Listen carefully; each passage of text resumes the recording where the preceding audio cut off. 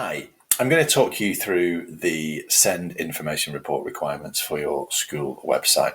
It's one of the most important things that you need to be thinking about, and your policy should be used as a framework for your report. So there is clear guidance in the Send Code of Practice for publishing a Send report, which has got to be updated at least annually. So that's a really important thing to mention.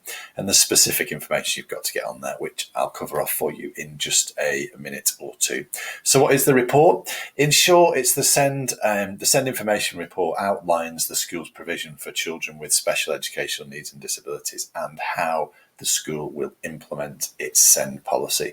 You've also got to explain within the report where the local authorities local offer is published. And it's got to include information on identifying and assessing and making provision for pupils with SEND and for the admission of disabled pupils. So you've got to do a load of stuff from an Ofsted point of view, but please remember, this is not just a report that is for Ofsted. Those of us who are parents of children with additional needs will want to read your report to get a real good flavour and feel massively from a trust point of view for your provision. You're going to find within the blog some extra links because there's different bits of information that are really helpful that we've added in there as well. Here's just a bit of information on what we found when we're completing audits. That a number of schools don't often fulfill all the requirements naturally, and one of the main things that's often missed or not evidenced certainly clearly enough is how the school adapts the learning environment for pupils with special needs. So schools are generally really good at showing how pupils access the curriculum if they've got additional needs, whether that's using things like coloured overlays or maybe more specialised equipment such as supported chairs, those kind of things. But many schools are not as good at outlining the provision from an access to the school buildings and the facilities point of view. So that's a really good thing to just bear in mind.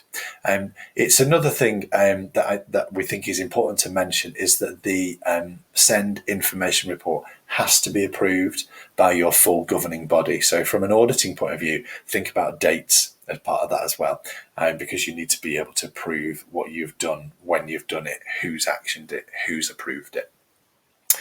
Let's now take a little look at, let me share this with you, the specific requirements as well. So you'll find this on the Scudio website under School Website Requirements Guide.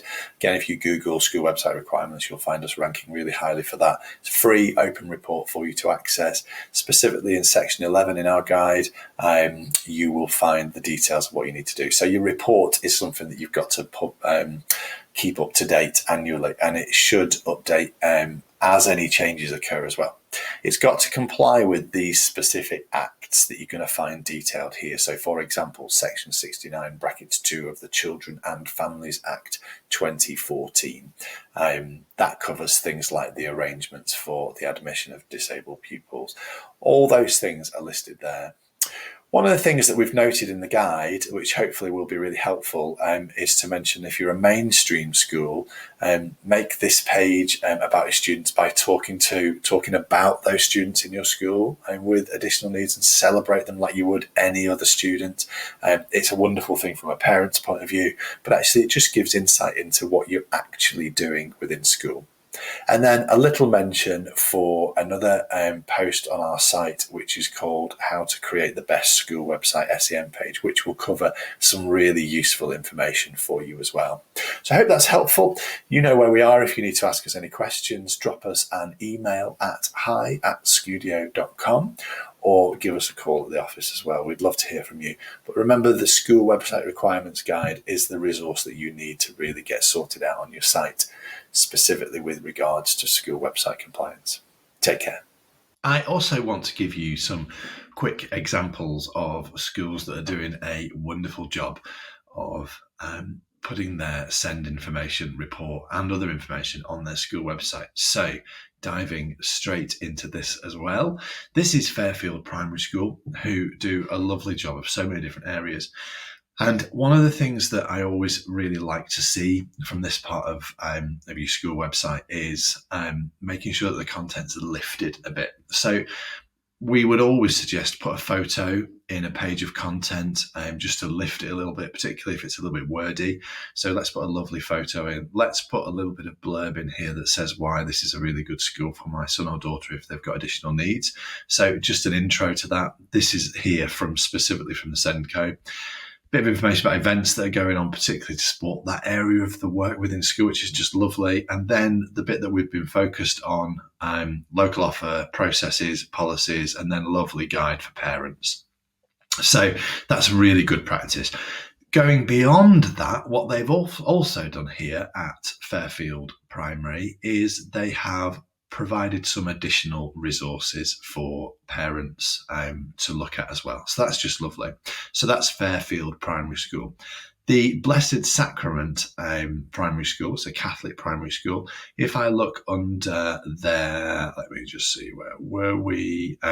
Right underneath the top menu item of our school, there's a section really high up in the agenda called Inclusion, which is a really lovely way of titling this.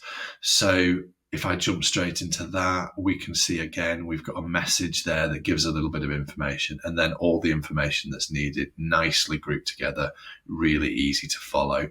So that's maybe a little bit more of a simpler version, but it's high on the priority list in terms of where it appears in the website structure. And it's also just really clean and easy to find your way around.